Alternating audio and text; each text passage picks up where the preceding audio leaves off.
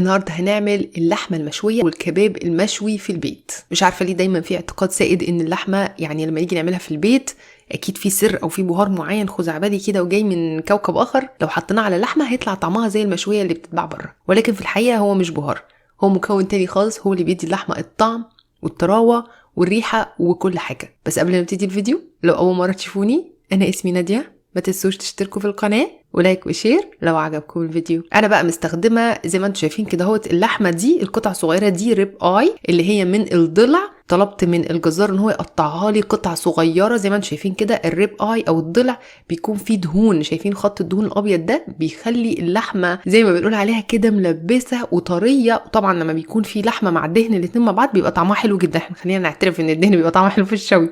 فانا طلبت منه انه يقطع لي الستيك او قطع الريب اي دي قطع صغيره كده. هنعمل كمان ريش ضاني او ريش اللي هي العاديه بتاعه الاضحيه، زي ما انتم شايفين بيبقى لونها بينك كده. انا على فكره بجيب اللحمه دايما فريش عشان كده بيبقى لونها حلو. ناس كتير بتسالني ليه لون اللحمه كده، هو لونها كده لاني بشتريها فريش، يعني انا جايباها قبل الفيديو على طول بنص ساعه، ما بطلعهاش من الفريزر. انا ما بحبش اللحوم تدخل الفريزر بصراحه. فاحنا هنشوي النهارده ريش ضاني والضلع، بس الضلع ده ضلع عجول عادي مش ضلع ضاني. افضل بصل علشان خاطر نتبل بيه لحمه او كباب البصل الاحمر، لان بتبقى ريحته نفاذه جدا، ويعني حتى كمان نكهته قويه، نكهه البصل فيه قويه غير البصل الاصفر او الابيض. بيبقى ليهم يعني استخدامات اخرى غير الشوي. في الشوي بالذات بيكون البصل الاحمر. فرمته في الكبه فرم ناعم جدا زي ما انتم شايفين كده عشان خاطر اطلع كل الميه اللي اقدر عليها منه. ممكن في المبشره عادي جدا وبعد كده نعصره. الزبادي بيدي طعم وطراوه وريحه وكل حاجه ممكن تتخيلوها. كان في شويه ميه كده حطيتهم على عصير البصل، وحطيت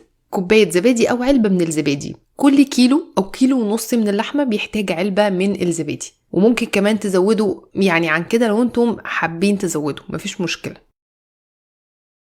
هنقلب البصل مع الزبادي كده مع بعضيهم. هنحط 3 معالق صغيره من الملح، معلقتين صغيرين من الفلفل الاسود، وجوز الطيب. جوز الطيب اختياريه، مش لازم تستخدموها، اللي ما بيحبش يستخدمها ما يستخدمهاش، يعني هي بتدي نكهه اضافيه شويه. ولكن الملح والفلفل الاسود مع ميه البصل والزبادي هيكونوا كافيين جدا.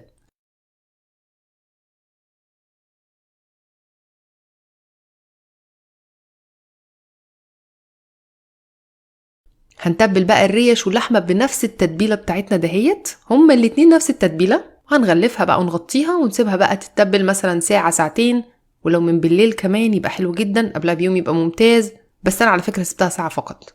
طبعا بقى عايزين تشوها على الفحم، عايزين تشوها على الجريل على النار، زي ما انتوا عايزين.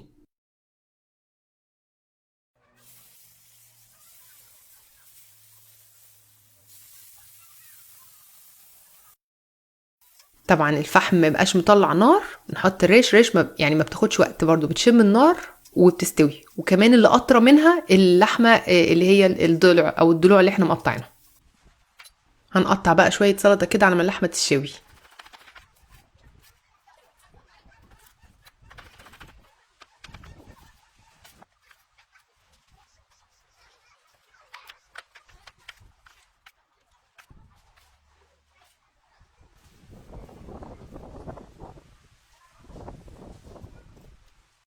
برضو كل شوية بقلبها، الناحية اللي فيها نار حامية أو بتلسع ببعد عنها اللحمة وبحطها في الناحية اللي تكون هادية علشان ما تتحرقش وتنشف مني. احنا عاوزينها تستوي وفي نفس الوقت تبقى جوسي أو فيها عصارة وطرية، ما تبقاش ناشفة.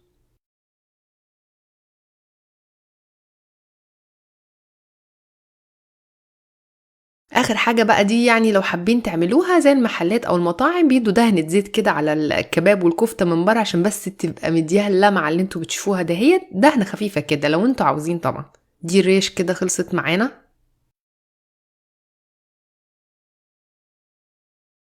اللحمة بقى حطيتها زي ما هي كده، ولا فسيخ ولا اي حاجة خالص، على النار برضو او على الفحم على طول. وبقلبها كده ايه كأني بقلب رز، لان هي صغننة كده فبتلاقوها ايه مش يعني مش باين قوي وشها من ظهرها. فبقعد اقلب فيها كده شوية، وهي والله لو فضلت على ناحية واحدة الريب اي دي بتستوي وطرية بشكل مش طبيعي، اطرى من الريش الضاني. وفيها طبعا الدهون بتاعتها دي بتخليها يعني واخده طعم رهيب. الفحم على فكره طبعا بيدي طعم حلو جدا للشوي حتى لو مش حاطين اي نوع من انواع البهارات. هو الزبادي وبس كده، مفيش حاجة تانية ممكن تتحط. صدقوني طعمها احلى من الجاهزه بكتير. عمري ما اقتنعت بالكباب او المشويات بره بصراحه، بحس بعدها ان هم حاطين حاجه او يعني مقرين على الاكل يخلي الواحد مش قادر يكمل يعني قطعه او حاجه، معرفش بيحطوا ايه بالظبط. انما ده طبعا بيبقى طعمه حلو، تاكلوا بقى منه كتير زي ما انتوا عايزين. طعمها رائع رائع فعلا. التتبيله دي انا معتمداها من سنين ومستحيل ان انا اغيرها. وبس كده، اتمنى ان الفيديو يكون عجبكم. ما تنسوش تجربوا الوصفه وتقولي لي رايكم فيها. نزلوا تطبيقاتكم على الجروب بتاعي على الفيسبوك، واشوفكم ان شاء الله المره الجايه في فيديو جديد.